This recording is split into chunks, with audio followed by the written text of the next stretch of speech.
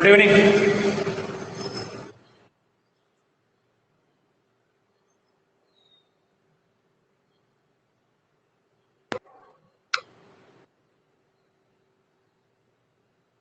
കേൾക്കുന്നില്ലേ? Yes, sir. Good evening പറയാ.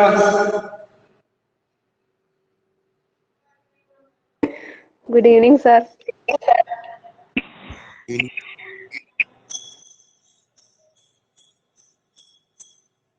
നമ്മൾ ഈ ചാപ്റ്ററില് കറണ്ട് ഇലക്ട്രിസിറ്റി എന്ന് പറയുന്ന ചാപ്റ്ററില്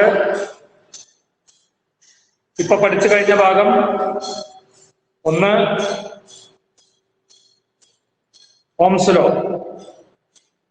At constant temperature, current passing through a conductor is directly proportional to potential difference. I is proportional to V, or V is proportional to I, and V is equal to Ri, where R is a constant for the given conductor, and it is called resistance. അപ്പോൾ V I graph ഒരു straight line ആണ്. അത് X ആക്സിസിൽ ഐയും Y ആക്സിസിൽ വിയും എടുത്താൽ slope resistance ആയിരിക്കും. സ്ലോപ്പ് കൂടുതലുള്ള ഗ്രാഫ് റെസിസ്റ്റൻസ് കൂടുതലുള്ള ഗ്രാഫ് ആയിരിക്കും. റെസിസ്റ്റൻസിന്റെ റെസിപ്രോക്കൽ ആണ്, കടത്തിവിടാനുള്ള കഴിവിനെ കാണിക്കുന്ന വാക്കാണ് കണ്ടക്ടൻസ്. റെസിസ്റ്റൻസിന്റെ യൂണിറ്റ് ഓം ആണ്, കണ്ടക്ടൻസിന്റെ യൂണിറ്റ് മോ ആണ്, (-1) ആണ്. ഒരു കണ്ടക്ടറിന്റെ റെസിസ്റ്റൻസ് ഡിപ്പെൻഡ് ചെയ്യുന്ന 4 ഫാക്ടേഴ്സ് നമ്മൾ പറഞ്ഞു. ഒന്ന്, ആ കണ്ടക്ടർ ഉണ്ടാക്കിയ മെറ്റീരിയൽ. 2, കണ്ടക്ടറിന്റെ ലെങ്ത്. 3, കണ്ടക്ടറിന്റെ area of cross section. 4, temperature.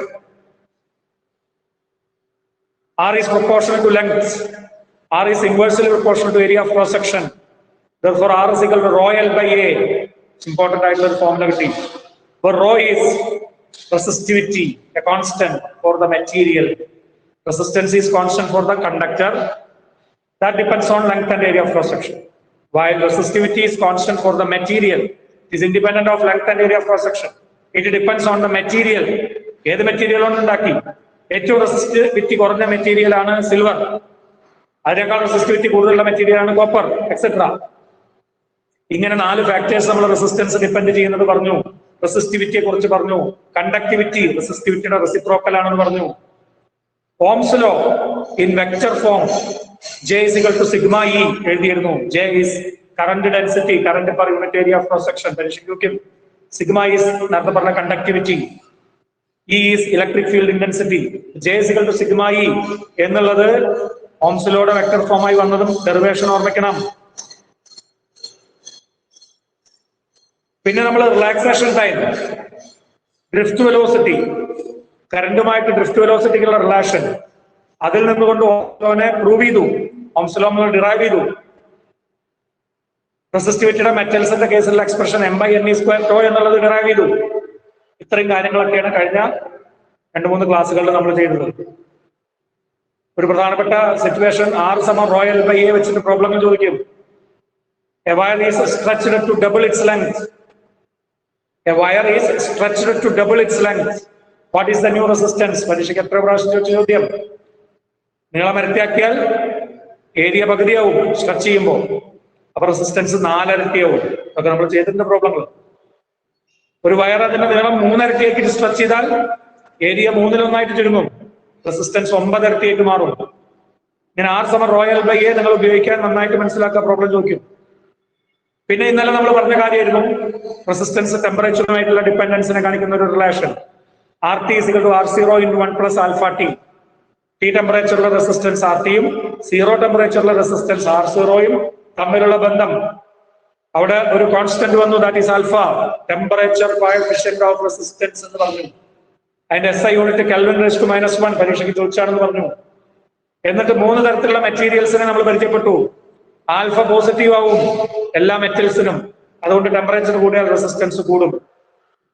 Alpha negative ആവും എല്ലാ സെമി കണ്ടക്ടേഴ്സിനും, അവർക്കൊക്കെ ടെമ്പറേച്ചർ കൂടിയ റെസിസ്റ്റൻസ് കുറയാണ് ചെയ്യുക. ശ്രദ്ധിക്കണം, പരീക്ഷയ്ക്ക് ചോദിക്കും. മാംഗനിൻ മുതലായിട്ടുള്ള ചില അലോയ്സിന് ആൽഫ അപ്രോക്സിമേറ്റ്ലി 0 ആണ്, അതായത് ടെമ്പറേച്ചർ മാറിയ റെസിസ്റ്റൻസ് മാറില്ല. റെസിസ്റ്റൻസ് ടെമ്പറേച്ചറിനായിട്ട് ഇൻഡിപെൻഡന്റ് ആയിട്ടുള്ള മെറ്റീരിയൽസ് ആരൊക്കെയാണ്, അവരെന്തൊക്കെയാണ് എവിടെയൊക്കെയാണ് ഉപയോഗിക്കുക? ഇത്രയും കാര്യങ്ങളാണ് നമ്മൾ കറണ്ട് ഇലക്ട്രിസിറ്റി എന്ന് പറയുന്ന മൂന്നാമത്തെ ചാപ്റ്ററിൽ ഇതുവരെയും മനസ്സിലാക്കിയത്. ഇന്നൊരു ചെറിയ ടോപ്പിക്കിലേക്ക് നമ്മൾ പോവുകയാണ്. ആൻഡ് ദാറ്റ് ഈസ് റെസിസ്റ്ററുകളെ പരിചയപ്പെടുകയാണ്. നമുക്ക് നേരത്തെ പറഞ്ഞു റെസിസ്റ്റൻസ് എന്താന്ന് പറഞ്ഞു. കറണ്ടിനെ തടയാനുള്ള ഒരു കണ്ടക്ടറിന്റെ കഴിവാണ് റെസിസ്റ്റൻസ്. അപ്പൊ കറണ്ടിനെ തടയുന്ന ആളാണ് റെസിസ്റ്റൻസ്. ആ റെസിസ്റ്റൻസ് തരുന്ന ആൾക്കാരാണ് റെസിസ്റ്റേഴ്സ്. പലതരത്തിലുള്ള റെസിസ്റ്റേഴ്സ് ഉണ്ട്. റെസിസ്റ്റൻസ് ബോക്സ് നമ്മൾ ലാബിൽ ഉപയോഗിക്കും. അതൊരു പെട്ടി രൂപത്തിലാണ്. അതിലിങ്ങനെ കുറെ കീകൾ ഇങ്ങനെ കുത്തി വെച്ചിട്ടുണ്ടാവും. അതിന്റെ മുകളിൽ എഴുതിയിട്ടുണ്ടാവും 1 ohm 2 ohm 5 ohm 10 ohm എന്നൊക്കെ എഴുതിയിട്ടുണ്ടാവും. ആ കീ നമ്മളത് ഊരിയാൽ അത്രയും ഓം അയാൾക്ക് കിട്ടും. അപ്പൊ റെസിസ്റ്റൻസ് ബോക്സ് രൂപത്തിൽ നമുക്കറിയാം ലാബിൽ ഉപയോഗിക്കുന്നതാണ്. റിയോസ്റ്റാറ്റ് എന്ന് പറയുന്ന സാധനം നിങ്ങൾ കേട്ടിട്ടുണ്ടാവും സ്കൂൾ പഠിക്കുമ്പോൾ. റിയോസ്റ്റാറ്റ് അതും റെസിസ്റ്റൻസ് തന്നെയാണ്. വാരി ചെയ്യാൻ പറ്റുന്ന റെസിസ്റ്റൻസ് ആണ്. തുടർച്ചയായിട്ട് റെസിസ്റ്റൻസ് മാറ്റാൻ ഉപയോഗിക്കുന്ന ഒരു ഉപകരണമാണ് റിയോസ്റ്റാറ്റ്. മൂന്നാമത്തെ ഒരു ടൈപ്പാണ് ഇപ്പോൾ നമ്മൾ പറയാൻ പോണത്. ഈ റിയോസ്റ്റാറ്റും റെസിസ്റ്റൻസ് ബോക്സ് ഒക്കെ വലിപ്പം കൂടുതലായതുകൊണ്ട് നമുക്ക് ചെറിയ സർക്യൂട്ടിൽ വെക്കാൻ പറ്റില്ല. വളരെ ചെറിയ സ്ഥലത്തിരിക്കാൻ പറ്റുന്ന റെസിസ്റ്ററുകളാണ് കാർബൺ റെസിസ്റ്റേഴ്സ് എന്ന് പറയുന്നത്. Carbon resistors. ഈ കാർബൺ റെസിസ്റ്റേഴ്സിനെ തെരഞ്ഞെടുക്കാൻ, അവരുടെ വാല്യൂ മനസ്സിലാക്കാൻ നമ്മൾ കളർ കോഡാണ് ഉപയോഗിക്കുക. കളർ കോഡ് ഓഫ് റെസിസ്റ്റേഴ്സ് ഉപയോഗിക്കും. ഇപ്പൊ പരീക്ഷയ്ക്ക് നമുക്ക് 1 മാർക്കിന്റെ ഒരു ക്വസ്റ്റ്യൻ പ്രതീക്ഷിക്കാം. ഇപ്പൊ എടുക്കുന്ന ഭാഗത്തുനിന്ന് എങ്ങനെയാണ് കളർ കോഡ് ഉപയോഗിച്ചുകൊണ്ട് റെസിസ്റ്റൻസിനെ നമ്മൾ തീരുമാനിക്കുക. അതിനാണ് ഞാൻ ബോർഡിന്റെ മുകളിൽ ഇപ്പോൾ ഒരു ടാബ്ല കോളിട്ടുണ്ട്. പ്രധാനപ്പെട്ട കളേഴ്സ് അവിടെ എഴുതിയിട്ടുണ്ട്. Black, brown, red, orange, yellow, green, blue, violet, grey, white. ഇത്രയും കളേഴ്സ് ഉപയോഗിക്കുന്നുണ്ട്. 10 കളേഴ്സ് ഉപയോഗിക്കുന്നുണ്ട്. ഇത് ഇതേ ഓർഡറിൽ തന്നെ ഓർമ്മിക്കണം. ഞാൻ ഇവിടെ ഒരു ചിത്രം എടുത്തിട്ടുണ്ട്. നമ്മൾ സാധാരണ ഉപയോഗിക്കുന്ന കാർബൺ റെസിസ്റ്ററിന്റെ ചിത്രമാണ്. 2 ടെർമിനൽ ഉണ്ടാവും. ഇങ്ങനെ ഒരു സിലിണ്ടറിക്കൽ ഷേപ്പിലാണ് റെസിസ്റ്റർ ഉണ്ടാവുക. അതിന്റെ മുകളിൽ ഈ കളറുകൾ ഇങ്ങനെ വട്ടം കൊണ്ട് വരച്ചിട്ടുണ്ടാവും. റിംഗ് രൂപത്തിൽ കളർ കാണിച്ചിട്ടുണ്ടാവും. അപ്പൊ ഞാനിവിടെ കാണിച്ചതിൽ ബ്രൗൺ നിറത്തിലുള്ള റിംഗ് ഉണ്ട്, റെഡ് നിറത്തിലുള്ള റിംഗ് ഉണ്ട്, യെല്ലോ കളറിലുള്ള റിംഗ് ഉണ്ട്, ഗോൾഡൻ കളറിലുള്ള റിംഗ് ഉണ്ട്. അപ്പൊ ഡിഫറെന്റ് കളേഴ്സിലുള്ള റിംഗുകൾ ഇവിടെ ഞാൻ കാണിച്ചിട്ടുണ്ട്. ഈ കളർ നോക്കിയിട്ട് ഇത് എത്ര ഓം റെസിസ്റ്റർ ആണെന്ന് എനിക്ക് പറയാൻ പറ്റും. അപ്പൊ ഈ കളറിനെ റെസിസ്റ്റൻസ് മെഷർ ചെയ്യാൻ എങ്ങനെ ഉപയോഗിക്കാം, അതിനൊരു കളർ കോഡ് കൊടുക്കുകയാണ് നമ്മൾ. ആ കളർ കോഡ് ഈ പറഞ്ഞ ഓർഡർ തന്നെ നിങ്ങൾ എഴുതണം. കളർ കോഡ് എന്നാലേ അത് ബൈഹാർട്ട് പിടിക്കാൻ പറ്റും. അപ്പൊ അതിന് എളുപ്പത്തിൽ ഒരു വഴി പറഞ്ഞുതരാം. BBROY GBBGW. എങ്ങനെ ഈ ഓർഡറിൽ ഓർമ്മിക്കുക? എളുപ്പമാണ്. BB Roy, great Britain, very good wife. BB Roy, great Britain, very good wife. വാചകം വേണമെങ്കിൽ കംപ്ലീറ്റ് ആക്കി പറയാം.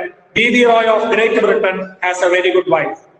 ഗ്രേറ്റ് ബ്രിട്ടനിലുള്ള BB റോയ് എന്ന് പറയുന്ന ആൾക്ക് നല്ല ഭംഗിയുള്ള ഭാര്യ ഉണ്ട് ചുരുക്കം. അപ്പൊ വാചകം മറക്കണ്ട, ഒന്നുകൂടി പറയാം. BB Roy, great Britain, very good wife. ആ ഓർഡറിലാണ് എഴുതിയത്. BBROY Roy, GB great Britain, very good wife, BGW. ഇനി കളറിനെ പേര് കൊടുക്കുക. ബി വെച്ചിട്ട് 3 പ്രാവശ്യം വന്നിട്ട് കൺഫ്യൂഷൻ ആവരുത്. ഞാൻ കൺഫ്യൂഷൻ ആകാൻ സാധ്യതയുള്ള സ്ഥലമാണ്, അതുകൊണ്ട് ഞാൻ ശ്രദ്ധിച്ചിട്ടേ പറഞ്ഞു കൊടുക്കാറുള്ളൂ. B 3 B. ബി വെച്ചിട്ട് 3 കളറുകൾ നമുക്കുണ്ട്. ബ്രൗൺ ഉണ്ട്, ബ്ലാക്ക് ഉണ്ട്, ബ്ലൂ ഉണ്ട്. ഓർഡർ മാറിയാൽ നമ്മൾ കണക്കൊക്കെ തെറ്റും. ആദ്യത്തെ ബി ബ്ലാക്ക് ആണ്. ഈ കളർ കോഡിൽ നമ്മൾ ആദ്യം പറയുമ്പോൾ ഈ ബി കാണിക്കുന്നത് ബ്ലാക്ക് ആണ്. രണ്ടാമത് പറയുന്ന ബി ബ്രൗൺ ആണ്. പിന്നെ ഒരു ബി ഇവിടെ വരുന്നുണ്ട്, ഗ്രേറ്റ് ബ്രിട്ടനിൽ ഒരു ബി ഉണ്ട്. ആ ബി ബ്ലൂ ആണ്. അപ്പൊ നിങ്ങളുടെ മനസ്സിനോട് തന്നെ പറഞ്ഞോളാം, 3 ബിയിൽ ആരാണ് യഥാക്രമം. ആദ്യം വരുന്ന ബി ബ്ലാക്ക് ആണ്, രണ്ടാമത് വരുന്ന ബി ബ്രൗൺ ആണ്, മൂന്നാമത് വരുന്ന ബി ബ്ലൂ ആണ്. ഇനി ജി 2 ഉണ്ട്. നോക്കുമ്പോ ഇവിടെ ഒരു ജി ഉണ്ട്, ഇവിടെ ഒരു ജി. ഒരു ജി ഗ്രീൻ ആണ്, മറ്റൊരു ജി ഗ്രേ ആണ്. 2 കളേഴ്സ് നമുക്കറിയാം ജി വെച്ചിട്ട് സ്റ്റാർട്ട് ചെയ്യും. അപ്പൊ അതും ശ്രദ്ധിക്കുക. ആദ്യത്തെ ജി ഗ്രീൻ ആണ്, രണ്ടാമത്തെ ജി ഗ്രേ ആണ്. അപ്പൊ ഈ ഓർഡർ കൃത്യമായി നമ്മുടെ മനസ്സിനെ ബൈഹാർട്ട് പഠിക്കുക. BB Roy, great Britain, very good wife. ആദ്യത്തെ അക്ഷരങ്ങൾ ഉപയോഗിച്ചിട്ടാണ് കളറുകൾ എഴുതിയത്. അപ്പൊ ഓർഡർ ഓർമ്മിക്കുക. ഇനി ഇതിനൊക്കെ നമ്മളൊരു കോഡ് കൊടുക്കുക. സംഖ്യയിലേക്ക് മാറണ്ടേ, റെസിസ്റ്റൻസിലേക്ക് മാറണ്ടേ. ആദ്യത്തെ കളറിന് 1 എന്ന് ആദ്യം കൊടുക്കുന്നത് 0. അതിന്റെ വാല്യൂ ആണ് ആ സംഖ്യ, കളർ കോഡ്. ബ്രൗൺ 1 ആണ്, റെഡിന് 2 ആണ്, ഓറഞ്ചിന് 3 ആണ്, yellow 4, green 5, blue 6, violet 7, grey 8 and white 9. 0 മുതൽ 9 വരെ 10 കളേഴ്സ്. 1 മുതൽ 10 വരെ വായിക്കുന്നത് 0 മുതൽ 9 വരെ. അപ്പൊ ഈ കളറുകളൊക്കെ കണ്ടാൽ അതിന്റെ കോഡ് ഇവിടെ നമ്മൾ ബ്രൗൺ, റെഡ്, യെല്ലോ ഒക്കെ കണ്ടാൽ അതിന്റെ കോഡ് ഇവിടെ നോക്കി എഴുതാൻ പറ്റണം. അപ്പൊ അതിന് പരിഹാരം അറിയണം, ശ്രദ്ധിക്കാം. ഇനി ഇതിനൊക്കെ ഒരു 10ന്റെ മൾട്ടിപ്ലയർ ആയിട്ട് നമ്മൾ ഉപയോഗിക്കും. ഈ കളർ തന്നെ ചിലപ്പോൾ 10ന്റെ പവർ ആയിട്ട് എഴുതേണ്ടി വരും.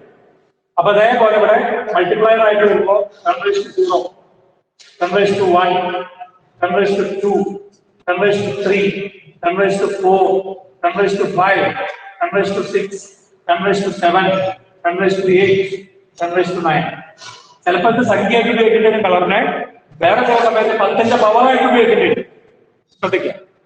പിന്നെ 2 കളർ 3 കളർ കൂടി നമ്മൾ എഴുതിയിട്ടുണ്ട്. Golden colour, silver colour, no colour. അതിന്റെ ഉദ്ദേശം എന്താണെന്ന് നമുക്ക് അവസാനം പറയാം. ഇനി നമ്മൾ ഈ ചിത്രത്തിലേക്ക് വരിക. ഞാനിവിടെ കാണിച്ചിരിക്കുന്നത് ഒരു കാർബൺ റെസിസ്റ്ററിന്റെ ചിത്രമാണ്.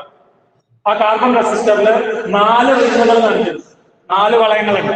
അതിന്റെ മുകളിൽ ഇങ്ങനെ പല കളറിലുള്ള വട്ടങ്ങൾ വരച്ചിരിക്കുകയാണ്. ആദ്യത്തെ വട്ടം ബ്രൗൺ. അപ്പൊ നിങ്ങൾ നോക്കി ഇതിന് ആദ്യത്തെ വട്ടമായിട്ട് വായിച്ചുകൂടെ? ഇത് നമ്മൾ കൂടെ പിടിക്കാതെ. ഇവിടെ ഗോൾഡൻ ആണ് ഞാൻ കാണിച്ചത്. ഗോൾഡൻ അല്ലെങ്കിൽ സിൽവർ, അതായത് സ്വർണത്തിന്റെ വര അല്ലെങ്കിൽ വെള്ളി വര, ഇങ്ങനെ ഏതെങ്കിലും വര വന്നാൽ അത് ആദ്യം വരരുത്, അത് അവസാനം വരുന്ന രൂപത്തിലാണ് നമ്മൾ ഓർഡർ എണ്ണേണ്ടത്. അപ്പൊ ഇവിടുന്ന് അങ്ങോട്ടല്ല, അവിടുന്ന് ഇങ്ങോട്ടാണ്. അതാണ് തീരുമാനിക്കുക.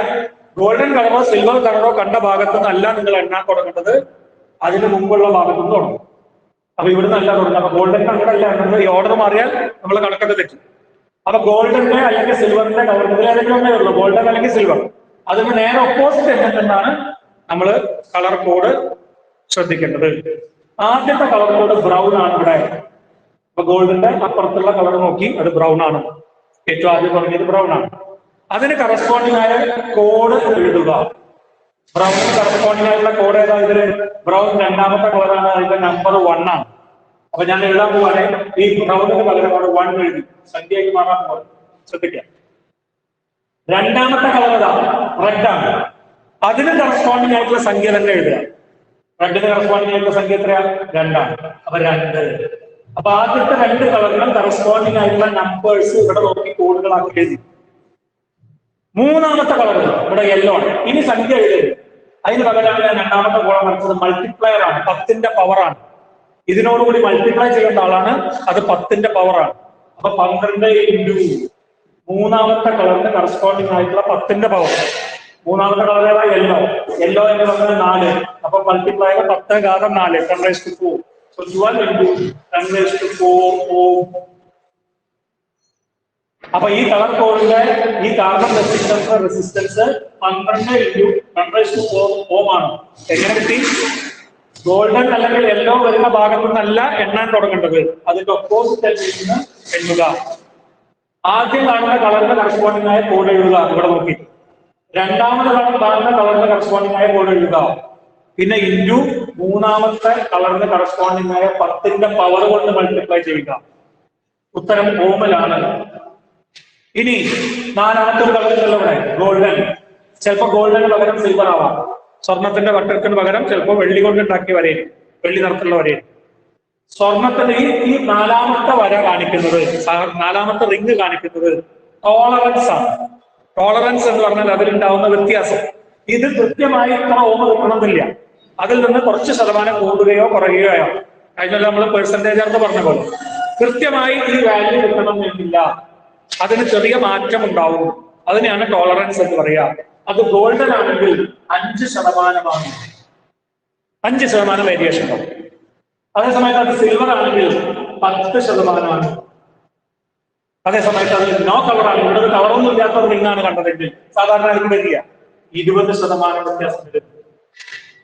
അപ്പൊ നമ്മുടെ കേസിൽ ഗോൾഡൻ ആയതിനാൽ നമുക്ക് എന്തെഴുതാം? ഇതിനേക്കാൾ കൂടുകയോ കുറയുകയോ ചെയ്യാം. എത്ര? 5%. അപ്പൊ +or-5%.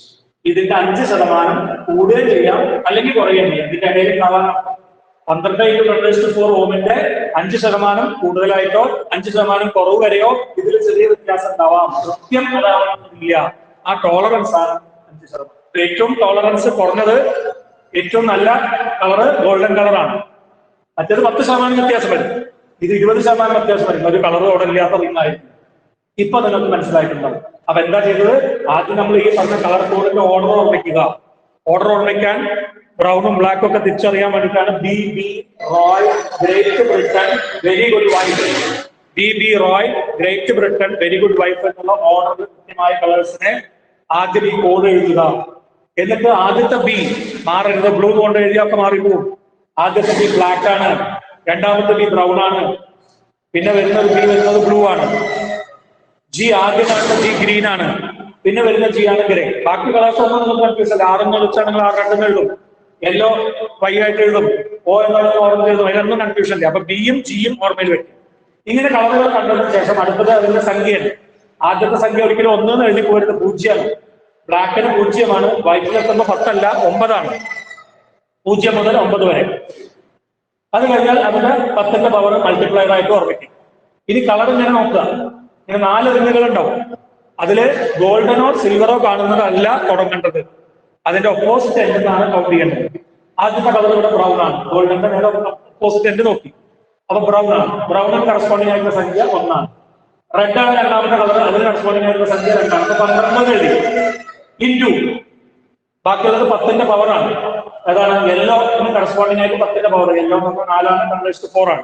അപ്പൊ 12 ഇൻറ്റു 10⁴ ഇതിനെ പറയാം മൾട്ടിപ്ലയർ എന്നാ പറയാം. അപ്പൊ മൂന്നാമത്തെ കളർ കാണിക്കുന്നത് മൾട്ടിപ്ലയർ ആണ്, 10ന്റെ പവർ.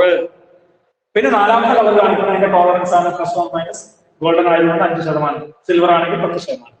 ഇതിനെയാണ് കളർ കോഡ് ഓഫ് റെസിസ്റ്റേഴ്സ് എന്ന് പറയുന്നത്. അപ്പൊ നിങ്ങൾക്ക് ഇനി ഏത് കളർ കണ്ടാലും അതിന്റെ റെസിസ്റ്റൻസ് ഏതാണെന്ന് അറിയണം. ഇപ്പൊ ഇതിനെ വേണമെങ്കിൽ എഴുതാം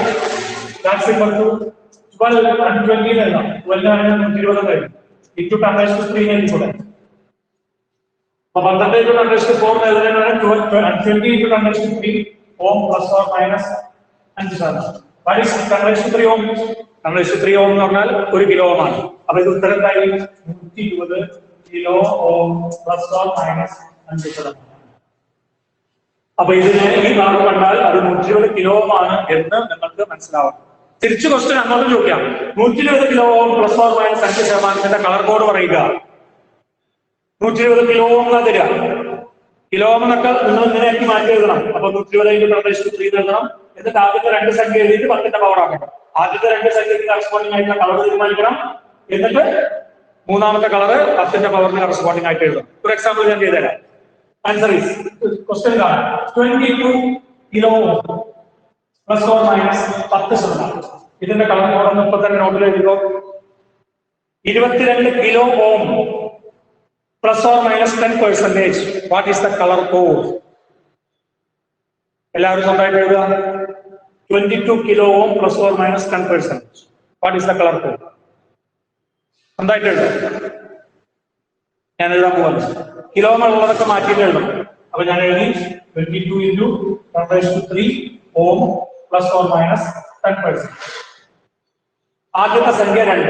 ആദ്യത്തെ 2 സംഖ്യക്ക് കളറാണ്. ആദ്യത്തെ സംഖ്യ 2 ആണ്. 2ന് കറസ്പോണ്ടിങ് ആയിട്ടുള്ള കളർ റെഡ് ആണ്. So red. രണ്ടാമത്തെ സംഖ്യ 2 ആണ്, റെഡ് ആണ്. ആദ്യത്തെ 2 റിങ്ങുകളും റെഡ്. മൂന്നാമത്തെ കളർ 10ന്റെ പവർ ആണ്. 10ന്റെ പവർ 3 ആണ്. 10ന്റെ പവർ 3 ആയിട്ട് വരുന്ന സംഖ്യ ഓറഞ്ച്. നാലാമത്തെ കളർ ടോളറൻസ് ആണ്.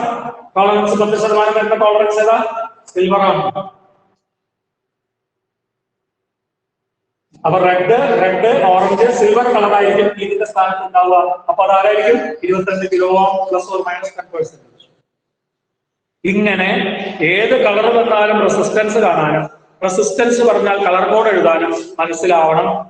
നിങ്ങൾക്ക് 1 മാർക്കിന്റെയോ 2 മാർക്കിന്റെയോ ഒരു ക്വസ്റ്റ്യൻ ആയിട്ട് ഇതിനെ മാറ്റാം.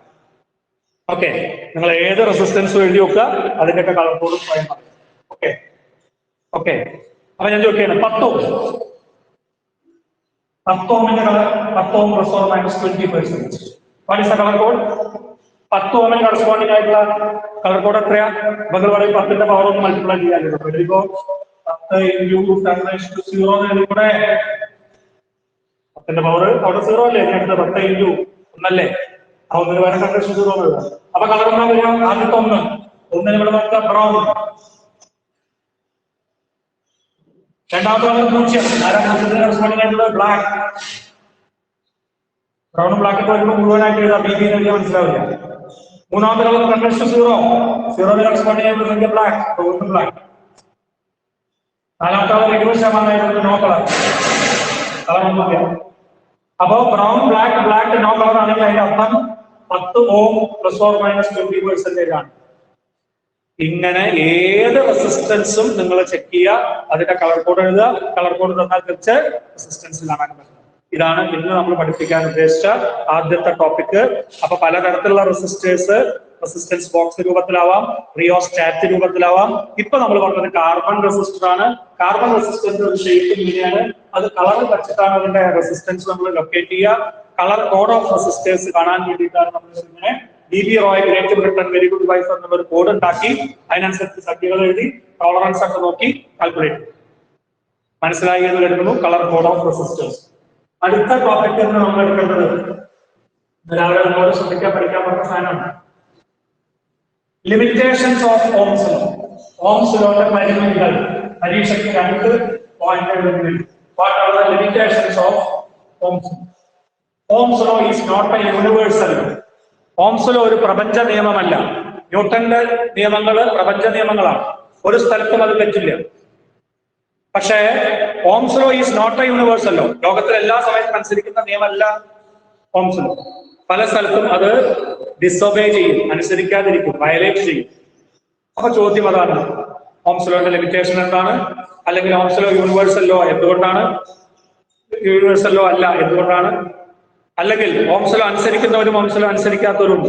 ഓംസ് ലോ അനുസരിക്കുന്ന ആൾക്കാരെ വിളിക്കുക ഓമിക് കണ്ടക്ടർ, ഓംസ് ലോ അനുസരിക്കാത്ത കണ്ടക്ടേഴ്സിനെ വിളിക്കുക നോൺ ഓമിക് കണ്ടക്ടർ. അപ്പൊ എന്താണ് ohmic and non ohmic conductors? എന്താണ് ഓംസ് ലോ യൂണിവേഴ്സൽ ലോ അല്ലാത്തത്? അല്ലെങ്കിൽ what are the limitations of Ohm's law? 3 ക്വസ്റ്റ്യന്റെയും ആൻസർ നമ്മളിപ്പോ പറയാൻ പോകും. ഒരേ ആൻസർ ആണ്. എന്തൊക്കെയാണ് ഓംസ് ലോന്റെ പരിമിതികൾ? എന്തെല്ലാം? ഓംസ് ലോ ഒരു ലോക നിയമമല്ല എന്തുകൊണ്ട്? ഓംസ് ലോ അനുസരിക്കുന്ന കണ്ടക്ടറും ഓംസ് ലോ അനുസരിക്കാത്ത കണ്ടക്ടേഴ്സും തമ്മിലുള്ള വ്യത്യാസം എന്ത്? ഇതിന്റെയൊക്കെ ഉത്തരം ഒറ്റൊന്നായിട്ട് നമ്മൾ പഠിക്കാൻ പോകും. ശ്രദ്ധിക്കുക, എന്താണ് ഓംസ് ലോ അനുസരിക്കുക എന്ന് പറഞ്ഞാൽ? ഓംസ് ലോ അനുസരിക്കുക എന്ന് പറഞ്ഞാൽ നമ്മൾ പഠിച്ചിട്ടുണ്ട് BI ഗ്രാഫ് വരച്ചാൽ, ഇവിടെ ഞാൻ ബിയും ഇവിടെ ഞാൻ ഐയും വരച്ചാൽ ഗ്രാഫിന്റെ ഷേപ്പ് എങ്ങനെയായിരിക്കും? ഇങ്ങനെ വരും. ബി 0 ആണെങ്കിൽ കറണ്ട് 0 ആവണം. ബി കൂടുമ്പോൾ ഐ കൂടും. സ്ട്രൈറ്റ് ലൈൻ ആയിട്ട് തന്നെ കൂടും. കാരണം B is directly proportional to current. ഈ ഗ്രാഫ് ഞാൻ റെസിപ്രോക്കൽ ചെയ്താൽ, ബാറ്ററിയുടെ പോസിറ്റീവ് നെഗറ്റീവ് ഒക്കെ തിരിച്ച് കണക്ട് ചെയ്താൽ, റിവേഴ്സ് ബയസ് ചെയ്താൽ, ബാറ്ററി നേരത്തെ പോസിറ്റീവ് നെഗറ്റീവ് ഉണ്ടായിരുന്നു, തിരിച്ചിട്ടാൽ എന്തായി മാറും? ഇപ്പൊ നെഗറ്റീവ് വോൾട്ടേജ് ആയിട്ട് മാറും, -V ആയി. അപ്പൊ കറണ്ട് നേരെ ഡയറക്ഷൻ മാറും, -I ആയി. പക്ഷെ ഷേപ്പ് ഒന്നും മാറില്ല. അപ്പൊ ഇങ്ങനെയുള്ള ഒരു ഗ്രാഫ് പോസിറ്റീവ് വോൾട്ടേജിന് പോസിറ്റീവ് കറണ്ട്, നെഗറ്റീവ് വോൾട്ടേജിന് നെഗറ്റീവ് കറണ്ട്. അതായത് ബാറ്ററിയുടെ സെല്ല് തിരിച്ചിട്ടാൽ അതിന്റെ പോസിറ്റീവ് നെഗറ്റീവ് തിരിച്ചിട്ടാൽ കറണ്ട് ഓപ്പോസിറ്റ് ഡയറക്ഷനിലുള്ളൂ. പക്ഷെ ഷേപ്പ് ഒന്നും മാറുന്നില്ല, straight line. This is Ohm's law obey ചെയ്യുക എന്ന് പറഞ്ഞാൽ ഇതാണ്. അതായത് ഇത്തരത്തിലുള്ള ഗ്രാഫ് കിട്ടുന്ന വോൾട്ടേജ് കറണ്ട് നമ്മൾ ഇത്തരത്തിലുള്ള ഗ്രാഫ് കിട്ടുന്ന കണ്ടക്ടർ ആണ് ആര്? Ohmic conductor. ഓമിക്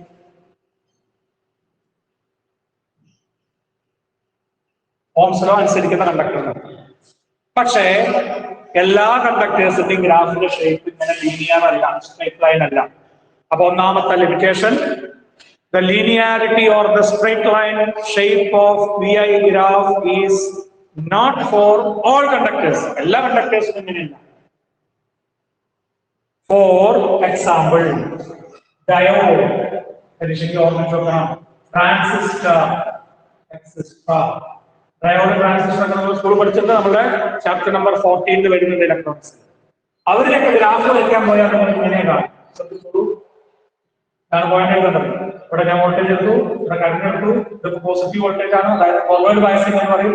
ഗ്രാഫിന്റെ ഷേപ്പ് സ്ട്രൈറ്റ് ലൈൻ അല്ല, എങ്ങനെയാണ്? ഡയോഡിന്റെ ഗ്രാഫ് വരച്ചാൽ എങ്ങനെ കിട്ടും? സോ ഈ സ്ട്രൈറ്റ് ലൈൻ പോയി, അപ്പൊ ഓംസ് ലോ വയലേറ്റഡ് ആയി. ദാറ്റ് ഈസ് അവരെന്തായി മാറി? They are non ohmic conductors. എല്ലാവരും അനുസരിക്കാത്തത് കൊണ്ട് ഓംസ് ലോ എന്തെല്ലാണ്ട് യൂണിവേഴ്സൽ ലോ അല്ലാണ്ട്. അപ്പൊ ഓംസ് ലോന്റെ ലിമിറ്റേഷൻ ചോദിച്ചാൽ എന്ത് പറയാം? ഡയോഡിനെ പോലെയുള്ള ആൾക്കാരുടെ VI ഗ്രാഫ് സ്ട്രൈറ്റ് ലൈൻ അല്ല എന്ന് പറയാം. അപ്പൊ ഇതിന് പറയേണ്ട പോയിന്റ് ഒന്നല്ല. ഇനി ഞാൻ വോൾട്ടേജ് റിവേഴ്സ് ചെയ്തു നോക്കി, നെഗറ്റീവ് വോൾട്ടേജ് കൊടുത്തു, കറണ്ടും നെഗറ്റീവ് ആവണം. പക്ഷെ ഈ ഷേപ്പ് അല്ല, ഇവിടെ അതേ ഷേപ്പ് തന്നെ ഇങ്ങോട്ട് വന്നു, ഇവിടെ പക്ഷെ ആ ഷേപ്പേ മാറി. ഇങ്ങനെ കിട്ടും. കുറെ നേരം കറണ്ടില്ല, പെട്ടെന്ന് കറണ്ട് ഷൂട്ടപ്പ് ചെയ്യും. ബ്രേക്ക് ഡൗൺ വോൾട്ടേജ് എന്നൊക്കെ പറയും. അത് നമ്മൾ ഇലക്ട്രോണിക്സ് പഠിക്കുമ്പോൾ മനസ്സിലാവും. എന്നാൽ ഗ്രാഫ് ഫോർവേഡ് ബയസിംഗ് ചെയ്യുമ്പോഴുള്ള ഗ്രാഫ് അല്ല, റിവേഴ്സ് ബയസ് ചെയ്യുമ്പോഴുള്ള ഗ്രാഫ്. ഇവിടെ ഫോർവേഡ് ബയസിംഗ് റിവേഴ്സ് ബയസിംഗ് ഒരേ ഷേപ്പാണ്. ഇവിടെ ഷേപ്പ് മാറി, സ്ട്രേറ്റ് ലൈൻ മാറി. അതുകൊണ്ട് ഡയോഡും ട്രാൻസിസ്റ്ററും നോൺ ഓമിക് ആണ്. അതുകൊണ്ട് തന്നെ ഓംസ് ലോ യൂണിവേഴ്സൽ ലോ അല്ല. ഇതാണ് ഓംസ് ലോന്റെ ലിമിറ്റേഷൻ. അപ്പൊ ഓംസ് ലോന്റെ ലിമിറ്റേഷൻ പറഞ്ഞാൽ Ohm's law is not obeyed by all conductors. Example ചോദിക്കും, ആരാണ് ഡയോഡ് ട്രാൻസിസ്റ്റർ മുതലായിട്ടുള്ള നോൺ ഓമിക് കണ്ടക്ടേഴ്സിന് എങ്ങനെയാണ് ഓംസ് ലോ ഒബേ ചെയ്യാതിരുന്നത്? The straight line shape of VI graph is lost. ഒന്ന്. രണ്ട്, ഫോർവേഡ് ബയസിനും റിവേഴ്സ് ബയസിനും ഒരേ ഷേപ്പ് അല്ല. ഫോർവേഡ് ബയസിനും റിവേഴ്സ് ബയസിനും, ഈ ഫോർവേഡ് ബയസിംഗ് എന്ന് പറഞ്ഞാൽ ബാറ്ററിയുടെ പോസിറ്റീവ് ഒരു ഭാഗത്ത് നെഗറ്റീവ് ഒരു ഭാഗത്ത് കൊടുക്കും. റിവേഴ്സ് ബയസ് ചെയ്യാന്ന് പറഞ്ഞാൽ ബാറ്ററിയുടെ പോസിറ്റീവ് നെഗറ്റീവ് തിരിച്ചു കണക്ട് ചെയ്യാം. അതിനെയാണ് റിവേഴ്സ് ബയസിംഗ് എന്ന് പറയാൻ. കൂടുതലായിട്ട് നമുക്ക് അവിടെ മനസ്സിലാക്കും. അപ്പോ ആ ഗ്രാഫിന്റെ ഷേപ്പ് മാറി. അപ്പൊ സ്ട്രേറ്റ് ലൈനും പോയി, forward biasing reverse biasing shape വ്യത്യാസമായി. പ്രകടനമായിട്ടുണ്ട്. ഇതാണ് രണ്ട് ലിമിറ്റേഷൻസ് ആയിട്ട് എഴുതുന്നത്. നിർബന്ധമായിട്ട് എക്സാമ്പിൾ പറയണം. ഡയോഡാണ് പറയാൻ നമുക്ക് ഏറ്റവും എളുപ്പം, ട്രാൻസിസ്റ്ററിനെ ചേർത്ത് വെക്കാം. അപ്പൊ question, what are the limitations of Ohm's law? അല്ലെങ്കിൽ why Ohm's law is not a universal law? അതും അല്ലെങ്കിൽ മൂന്നാമത്തെ കാര്യം, what is the difference between ohmic and non ohmic conductors? മൂന്നാമത്തിൽ പറയേണ്ട പോയിന്റ് ഇത്രയേ ഉള്ളൂ. ഓംസ് ലോ ഒബേ ചെയ്യുന്ന കണ്ടക്ടറാണ് ഓമിക് കണ്ടക്ടർ. ആ ഓംസ് ലോ ഒബേ ചെയ്യുക എന്ന് പറഞ്ഞാൽ VI graph straight line starting from zero, and reverse biasing and forward biasing are just similar, but in the case of diode, transistor, etc., the straight line shape of the VI graph is lost. Another limitation. And forward biasing and reverse biasing graph shapes are different. In the graph പഠിച്ചു വെക്കുക. രണ്ട് മാർക്കിന്റെ question ആയി, what are the limitations of Ohm's law? Okay, മനസ്സിലായി വരുന്നത്. അപ്പൊ Ohm's law എല്ലാവരും അനുസരിക്കുന്നതല്ല. ന്യൂട്ടന്റെ നിയമങ്ങളൊക്കെ എല്ലാവരും അനുസരിക്കുന്നതാണ്. ഗ്രാവിറ്റേഷൻ ലോ ഒക്കെ എല്ലാവരും അനുസരിക്കുന്നതാണ്. പക്ഷെ ഇവിടെ ഓംസ് ലോ അനുസരിക്കുന്ന കണ്ടക്ടേഴ്സ് ഉണ്ട്, അത് ഓമിക് കണ്ടക്ടേഴ്സ് എന്ന് പറയും. ഓംസ് ലോ അനുസരിക്കാത്ത കണ്ടക്ടേഴ്സ് ഉണ്ട്, അത് നോൺ ഓമിക് കണ്ടക്ടർ എന്ന് പറയും. ഓക്കെ, അപ്പൊ ഈ ഗ്രാഫും ഈ ഡയോഡിന്റെ ട്രാൻസിസ്റ്ററിന്റെ ഗ്രാഫും അവർ നോൺ ഓമിക് കണ്ടക്ടറിന് എക്സാമ്പിൾ ആണെന്നുള്ളതും ഓർമ്മയിൽ വയ്ക്കുക. അതിനൊക്കെ ചോദ്യങ്ങളുണ്ടാവും. ഇനി നമ്മൾ പറയാൻ ഉദ്ദേശിച്ച മൂന്നാമത്തെ ഒരൊറ്റ കാര്യം കൂടി, സൂപ്പർ കണ്ടക്ടിവിറ്റി. ഈ മൂന്ന് കാര്യങ്ങളാണ് ഇന്ന് നിങ്ങളോട് പഠിക്കാൻ ഞാൻ ആവശ്യപ്പെട്ടിട്ടുണ്ട്. ഒന്ന്, കളർ ഓഫ് റെസിസ്റ്റേഴ്സ്. രണ്ട്, ലിമിറ്റേഷൻസ് ഓഫ് ഓംസ് ലോ. മൂന്നാമത്തെ കാര്യം, സൂപ്പർ കണ്ടക്ടിവിറ്റി. ശ്രദ്ധിക്കാം. ഞാൻ ഒരു ഗ്രാഫ് വരയ്ക്കാൻ പോവാണ്. That is the graph between temperature along x-axis and resistivity or resistance. Resistivity versus temperature ഗ്രാഫാണ് വരയ്ക്കുന്നത്. സ്വാഭാവികമായിട്ട് ഗ്രാഫിന്റെ ഷേപ്പ് എങ്ങനെ ഇരിക്കും? മെറ്റൽസ് ആണെങ്കിൽ നമ്മൾ പഠിച്ചിട്ടുണ്ട്. കഴിഞ്ഞ ക്ലാസ്സിൽ പറഞ്ഞു, ഇന്ന് ഞാൻ പറഞ്ഞു, ഫോർ മെറ്റൽസ് ടെമ്പറേച്ചർ ഇൻക്രീസ് ചെയ്താൽ റെസിസ്റ്റൻസ് ഇൻക്രീസ് ചെയ്യും, ടെമ്പറേച്ചർ ഡിക്രീസ് ചെയ്താൽ റെസിസ്റ്റൻസ് ഡിക്രീസ് ചെയ്യും. അപ്പൊ ടെമ്പറേച്ചറിനനുസരിച്ച് കൂടും, ടെമ്പറേച്ചർ കുറയുന്നതിനനുസരിച്ച് കുറയും എല്ലാ മെറ്റൽസും. അപ്പൊ നമ്മൾ സാധാരണ നിലയ്ക്ക് പ്രതീക്ഷിക്കുന്ന ഒരു ഷേപ്പ് ഇങ്ങനെ അല്ലെ? ടെമ്പറേച്ചർ, ഞാൻ ടെമ്പറേച്ചർ എടുക്കുന്നത് കെൽവിനിലാണ്, അബ്സല്യൂട്ട് ടെമ്പറേച്ചർ. അപ്പൊ ടെമ്പറേച്ചർ 0 കെൽവിൻ ആണെങ്കിൽ റെസിസ്റ്റിവിറ്റിയും 0-ലേക്ക് വരും. ഇതാണ് മെറ്റൽസിന്റെ ഒരു ജനറൽ സ്വഭാവം നമ്മൾ മനസ്സിലാക്കി. As temperature decreases, resistivity decreases or resistance decreases. And at absolute zero temperature, 0 Kelvin ആകുമ്പോൾ resistivity 0 ലേക്ക് വരും. ഇതാണ് നമ്മൾ കോമൺ ആയിട്ട് നമ്മുടെ മനസ്സിലുള്ള ധാരണ. പക്ഷേ സയന്റിസ്റ്റിന് പേര് ഓർമ്മിക്കുക, Kamerlingh Onnes. Kamerlingh Onnes എന്ന് പറയുന്ന സയന്റിസ്റ്റ് മെർക്കുറിയിൽ ഈ എക്സ്പെരിമെന്റ് ചെയ്തപ്പോൾ, എല്ലാ മെറ്റൽസിലും അല്ല, മെർക്കുറിയിൽ ചെയ്തപ്പോൾ, മെർക്കുറി ഒരു മെറ്റലാണെന്ന് എല്ലാവർക്കും അറിയാലോ, ദ്രാവക രൂപത്തിലുള്ള മെറ്റലാണ് മെർക്കുറി, തെർമോമീറ്റർ ഉപയോഗിക്കുന്ന സാധനം. ആ മെർക്കുറിയിൽ അദ്ദേഹം ഈ എക്സ്പെരിമെന്റ് ചെയ്തു. എന്താ ചെയ്തത്? ടെമ്പറേച്ചർ ഇങ്ങനെ താഴ്ത്തി റൂം ടെമ്പറേച്ചറിനെക്കാളും ഇങ്ങനെ കുറച്ച് കൊണ്ടുവന്നു. അങ്ങനെ കൊണ്ടുവന്നപ്പോൾ ഞാൻ ആ ഗ്രാഫ് വരയ്ക്കാൻ പറഞ്ഞ ഗ്രാഫാണ്. ആ കിട്ടിയ ഗ്രാഫ് എനിക്ക് കുറഞ്ഞു വരുന്നുണ്ട്. പക്ഷെ പെട്ടെന്ന് നോക്കൂ, ഈ ഗ്രാഫ് ഇങ്ങനെയാണ്. ഇങ്ങനെ പോയിട്ട് ഇവിടെ പൊട്ടുന്നതാണ്, അങ്ങനെയായിരുന്നതാണ്. പക്ഷെ ഈ ഗ്രാഫ് സഡൻലി ഇത് കുറഞ്ഞ് റെസിസ്റ്റിവിറ്റി 0, പക്ഷെ അപ്പോഴും ടെമ്പറേച്ചർ 0 കെൽവിൻ ആയിരുന്നു.